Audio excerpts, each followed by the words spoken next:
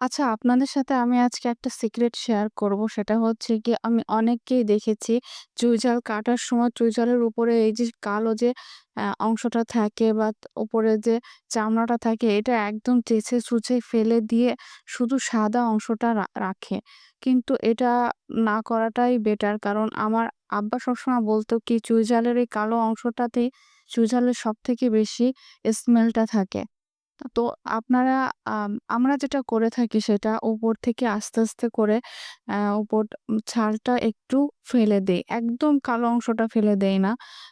আস্তে, আস্তে উপর থেকে একটা ছুরির সাহায্যে কালো অংশটা বেছে ফেলে দেই এবং কালো অংশটা অনেকটাই থাকে। তারপর আমরা এটাকে সুন্দর করে পিস, পিস করে কেটে নেই। খুব বড় পিস করি না, আবার একদম ছোট পিসও করি না। চুই ঝালটা মাংসের মধ্যে বা যেকোনো কিছুর মধ্যে দিয়ে অনেক বেশিক্ষণ জ্বালানোর দরকার হয় না। খুব সহজে এটা গলে যায়। সে অনুযায়ী একটা মাংসে দিবেন কি মাছে দিবেন যাইতে দিবেন সেভাবে করে এটা কেটে নেওয়া যায়।